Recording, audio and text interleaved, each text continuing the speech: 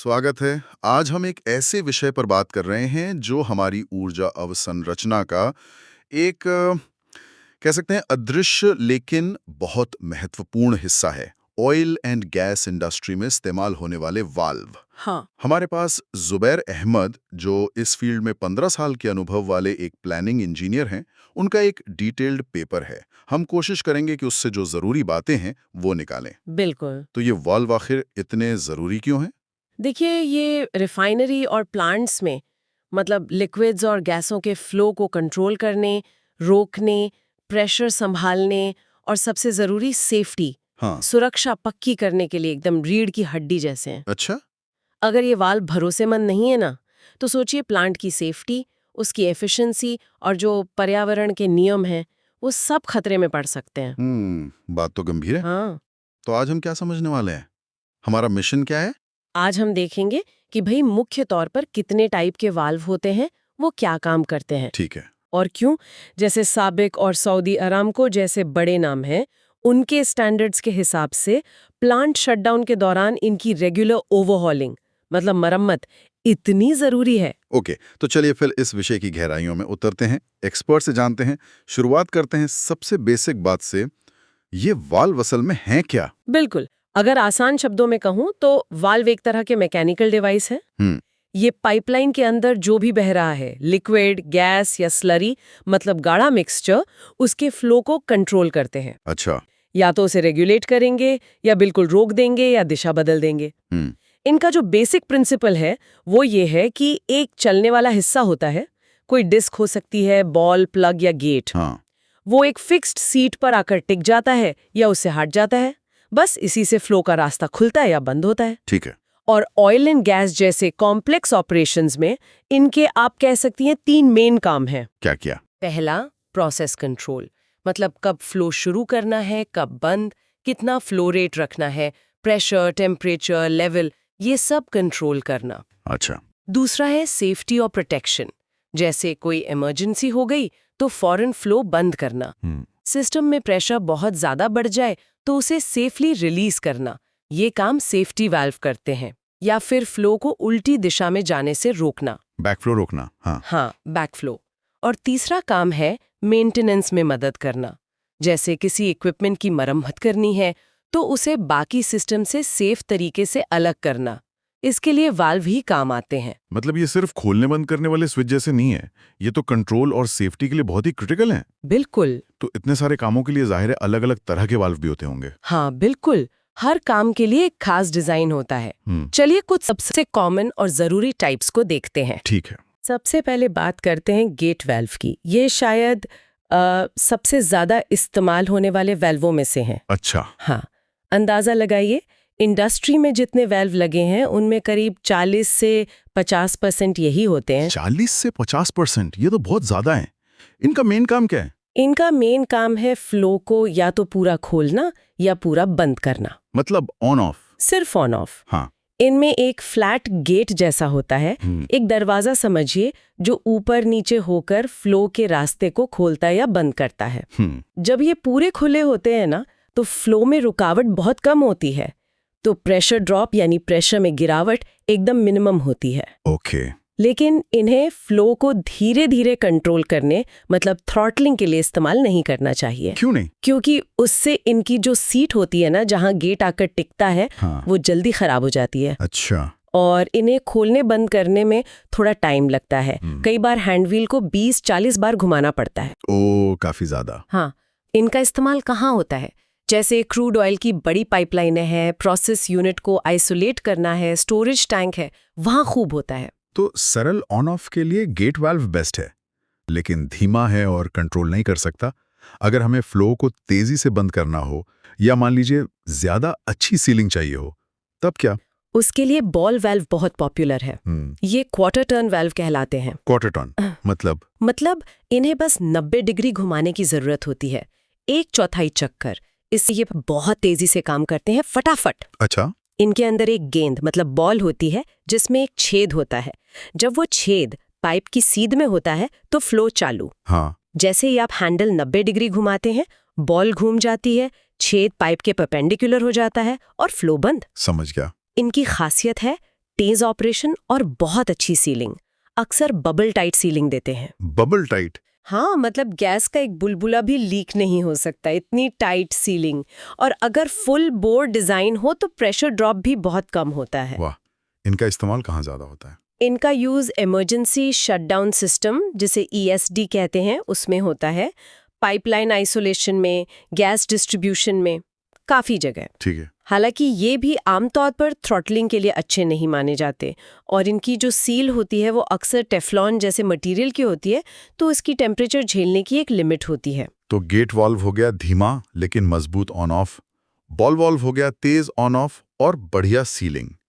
लेकिन अगर हमें फ्लो को सिर्फ ऑन ऑफ नहीं करना बल्कि ठीक से रेगुलेट करना हो, कम ज्यादा करना हो? हाँ, यहीं पे कंट्रोल वॉल्व्स आते हैं।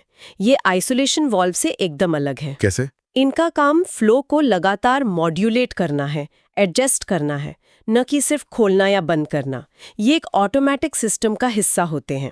अच्छा, ऑटोमेटिक। हाँ, इंस्ट्रूमेंट से सिग्नल मिलता है और ये उसके हिसाब से खुद ब खुद एडजस्ट होते रहते हैं, ताकि फ्लो या प्रेशर या टेम्परेचर जो भी कंट्रोल करना है वो सही लेवल पर बना रहे। ठीक है। दिखने में कैसे होते हैं ये? दिखने में ये अक्सर ग्लोब वॉल्व जैसे होते हैं। ग्लोब वॉल्व में क्या होता है, एक प्लग होता है जो सीट के अंदर ऊपर नीचे होता है और फ्लो को कंट्रोल करता है। ग्लोब वॉल्व का डिजाइन थ्रॉटलिंग के लिए अच्छा है, पर उसमें प्रेशर ड्रॉप ज्यादा होता है क्योंकि फ्लो को थोड़ा मुड़कर जाना पड़ता है। ओके। कंट्रोल वॉल्व में फास्ट तरह के, मतलब स्पेशल शेप के ट्रिम यानी प्लग और सीट इस्तेमाल होते हैं। अच्छा। ताकि फ्लो पर एकदम सटीक कंट्रोल मिले। अच्छा। कभी कभी स्पेशल डिजाइन वाले बटरफ्लाई या बॉल वॉल्व्स भी कंट्रोल वॉल्व की तरह यूज होते हैं। दिलचस्प है, हर डिजाइन एक खास जरूरत पूरी कर रहा है। गेट और बॉल वाल्व मेनली आइसोलेशन के लिए हो गए और कंट्रोल वाल्व रेगुलेशन के लिए। एक और जरूरी टाइप का जिक्र हुआ था शुरू में, सेफ्टी वाल्व। वो कैसे काम करते हैं? सेफ्टी और रिलीफ वाल्व, ये शायद सबसे जरूरी वाल्व हैं क्योंकि ये सीधे सीधे सेफ्टी से जुड़े हैं। हाँ, नाम से ही लग रहा है। इनका काम है सिस्टम को ओवर प्रेशर से बचाना। मतलब अगर दबाव हद से ज्यादा बढ़ जाए तो ये उसे रिलीज कर देते हैं और ये ऑटोमेटिक होते हैं, खुद ही काम करते हैं। कैसे? इनमें एक स्प्रिंग होती है जिसे एक फिक्स्ड प्रेशर पर सेट किया जाता है, उसे सेट प्रेशर कहते हैं। ठीक है। जैसे ही सिस्टम का प्रेशर उस सेट प्रेशर से ज्यादा होता है, वो स्प्रिंग के फोर्स को ओवरकम कर देता है और वाल्व खुल जाता है। अच्छा। एक्स्ट्रा प्रेशर बाहर निकल जाता है। जब प्रेशर वापस सेफ लेवल पर आता है तो स्प्रिंग वाल्व को फिर से बंद कर देती है। गैस या स्टीम के लिए जो सेफ्टी वाल्व होते हैं वो अक्सर एकदम से पॉप करके खुलते हैं। पॉप? हाँ, अचानक, तेजी से। जबकि लिक्विड के लिए जो रिलीफ वाल्व होते हैं वो धीरे धीरे खुलते हैं। इनका रेगुलर टेस्ट और सर्टिफिकेशन बहुत जरूरी है क्योंकि अगर ये फेल हो गए तो बहुत बड़ा हादसा हो सकता है। बिल्कुल। इनके लिए बहुत कड़े स्टैंडर्ड्स हैं, जैसे ASME और API, जो इनकी डिजाइन और टेस्टिंग को कंट्रोल करते हैं। तो ये 4 टाइप, गेट, बॉल, कंट्रोल और सेफ्टी रिलीफ, ये तो बहुत अहम हो गए। इनके अलावा भी तो और होते होंगे? हाँ, कई और है। हर एक का अपना खास काम है। जैसे चेक वॉल्व है। Check valve? हाँ, इन्हें नॉन रिटर्न वॉल्व भी कहते हैं। ये फ्लो को सिर्फ एक डायरेक्शन में जाने देते हैं, उल्टे फ्लो मतलब बैक फ्लो को रोकते हैं। अच्छा, ये कहाँ जरूरी होते हैं? ये पंप और कंप्रेसर के डिस्चार्ज पर बहुत जरूरी है ताकि मशीन बंद होने पर फ्लो वापस ना आ जाए। सही है। और फिर बटरफ्लाई वाल्व है। ये बड़े डायमीटर के पाइपों के लिए अच्छे होते हैं, हल्के होते हैं, सस्ते होते हैं, खासकर पानी या हवा जैसी सर्विसेज में। इनमें क्या होता है? इनमें एक डिस्क होती है जो पंखे की तरह घूमकर फ्लो को कंट्रोल करती है। ये भी क्वार्टर टर्न होते हैं, मतलब तेज। ठीक है। प्लग वाल्व भी होते हैं, कुछ बॉल वाल्व जैसे, पर उनमें बॉल की जगह एक टेपर्ड प्लग होता है। ये स्लरी या चिपचिपे लिक्विड के लिए अच्छे माने जाते हैं। तो अब देखिए, हर वाल्व की अपनी जगह है, अपनी खासियत है और अपनी कुछ कमियां भी। ये समझना वाकई जरूरी है कि एक ही काम के लिए कई ऑप्शन हो सकते हैं, लेकिन सही वाल्व चुनना उस खास एप्लीकेशन की जरूरतों पर डिपेंड करता है। प्रेशर कितना है, टेम्परेचर कितना है, लिक्विड कैसा है, कितनी तेजी से ऑपरेट करना है, सीलिंग कितनी जरूरी है और हाँ, कॉस्ट भी। बिल्कुल सही। अब बात करते हैं इनके मेंटेनेंस की। सोर्स में ओवरहॉलिंग का जिक्र था, जो शटडाउन के दौरान होती है। ये क्या प्रोसेस है और क्यों इतनी जरूरी है? ओवरहॉलिंग का मतलब है वाल्व की पूरी तरह से, कह सकते हैं, सर्विसिंग, जांच, सफाई, मरम्मत और रिन्यूअल। और ये जरूरी क्यों है? देखिए, ये वाल्व्स लगातार बहुत हार्श कंडीशंस में काम करते हैं। हाई प्रेशर, हाई टेम्परेचर, कभी-कभी कोरोसिव लिक्विड्स। तो टाइम के साथ इनके अंदर के पार्ट्स घिस जाते हैं, सील खराब हो जाती हैं या उनमें लीकेज शुरू हो जाती है। अच्छा। अब सोचिए, अगर कोई वाल्व ठीक से बंद नहीं हो रहा, लीक कर रहा है या अटक रहा है, खुल या बंद नहीं हो रहा, तो ये सिर्फ प्रोडक्ट के नुकसान की बात नहीं है, ये सेफ्टी के लिए बहुत बड़ा खतरा बन सकता है। हाँ बिल्कुल। मान लीजिए इमरजेंसी में कोई आइसोलेशन वाल्व बंद ही ना हो या कोई सेफ्टी वाल्व जरूरत के टाइम खुले ही नहीं। ये तो भयानक हो सकता है। इसीलिए खासकर अरामको और सैबिक जैसे संस्थानों में जहां सेफ्टी और रिलायबिलिटी सबसे ऊपर है, वहां रेगुलर प्लांट शटडाउन के दौरान जो क्रिटिकल वाल्व है उनकी ओवरहॉलिंग कंपल्सरी है। ये उनके स्टैंडर्ड्स का हिस्सा है। और ये ओवरहॉलिंग होती कैसे है? क्या ये बस कुछ पार्ट्स बदलने जैसा है? नहीं, ये काफी डिटेल्ड प्रोसेस है। सबसे पहले तो सेफ्टी रूल्स फॉलो करते हुए, जैसे वर्क परमिट लेना, लोटो यानी लॉकआउट टैग आउट पक्का करना। लोटो, ये क्या है? लॉकआउट टैग आउट मतलब वाल्व पर काम करने से पहले उसे एनर्जी सोर्स से पूरी तरह आइसोलेट कर देना और ताला लगा देना, ताकि कोई गलती से भी उसे चालू ना कर दे। अच्छा, सेफ्टी के लिए। हाँ, बहुत जरूरी। तो लोटो के बाद वाल्व को लाइन से निकाला जाता है, फिर उसे वर्कशॉप में ले जाकर पूरा खोला जाता है, एक एक पुर्जा अलग। ठीक है। इसके बाद हर पार्ट की बारीकी से जांच होती है, सफाई होती है। जो पार्ट्स घिस गए हैं या खराब हो गए हैं, जैसे सीट्स, सील्स, गैस्केट, उन्हें बदला जाता है। और यहाँ ये बहुत जरूरी है कि जो नए पार्ट्स लग रहे हैं वो OEM के स्पेसिफिकेशंस के हिसाब से ही हों, ताकि परफॉर्मेंस बनी रहे। बिल्कुल। फिर वाल्व को ध्यान से वापस असेंबल किया जाता है। इसमें सही टॉर्क मतलब नट बोल्ट को सही फोर्स से कसना और लुब्रिकेशन का ध्यान रखा जाता है। और फिर इसके बाद सबसे जरूरी स्टेप आता है टेस्टिंग। वाल्व को एक टेस्ट बेंच पर लगाया जाता है। Test bench. हाँ, एक स्पेशल इक्विपमेंट। उस पर वाल्व को पानी से हाइड्रो टेस्ट या हवा नाइट्रोजन से न्यूमैटिक टेस्ट, तय प्रेशर पर टेस्ट करते हैं। अच्छा, ये देखने के लिए कि लीक तो नहीं कर रहा? हाँ, कि वो लीक तो नहीं कर रहा और सही प्रेशर पर काम कर रहा है या नहीं। इस पूरी प्रोसेस का प्रॉपर डॉक्यूमेंटेशन होता है। किस वाल्व पर काम हुआ, टैग नंबर क्या था, क्या पार्ट्स बदले, टेस्टिंग के रिजल्ट क्या रहे, किसने इंस्पेक्ट किया, सब कुछ रिकॉर्ड होता है। अच्छा। ये रिकॉर्ड फ्यूचर मेंटेनेंस और ऑडिट के लिए बहुत जरूरी है। और अरामको सैबिक के जो रिप्रेजेंटेटिव होते हैं वो अक्सर इस पूरी प्रोसेस को विटनेस करते हैं, देखते हैं, ताकि स्टैंडर्ड्स का पालन पक्का हो सके। ये वाकई एक बहुत ही सघन और स्टैंडर्डाइज्ड प्रोसेस लगता है। इसमें सेफ्टी और स्टैंडर्ड्स का पालन कितना क्रिटिकल है? बहुत ज्यादा। जैसा मैंने लोटो के बारे में बताया, वो ये पक्का करता है कि काम करने वाला सुरक्षित रहे। हाँ। वर्कर्स के लिए सही PPE यानी पर्सनल प्रोटेक्टिव इक्विपमेंट पहनना जरूरी है। हेलमेट, गॉगल्स, ग्लव्स वगैरह। ठीक है। टेस्टिंग के लिए जो गेज और इक्विपमेंट यूज होते हैं वो कैलिब्रेटेड होने चाहिए, मतलब उनकी एक्यूरेसी जांची हुई होनी चाहिए। और पूरी प्रोसेस जो रेलेवेंट स्टैंडर्ड्स हैं, जैसे API 598 वॉल्व टेस्टिंग के लिए, API 6D पाइपलाइन वॉल्व के लिए, ASME डिजाइन और सेफ्टी वाल्व के लिए, और अरामको के अपने SAES यानी सऊदी अरामको इंजीनियरिंग स्टैंडर्ड्स, उनके हिसाब से होनी चाहिए। अच्छा।